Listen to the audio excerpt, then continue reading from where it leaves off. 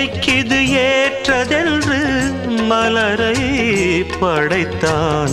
தலைவனும் மாலை என்று சூடிக்கொள்ளத்தான்.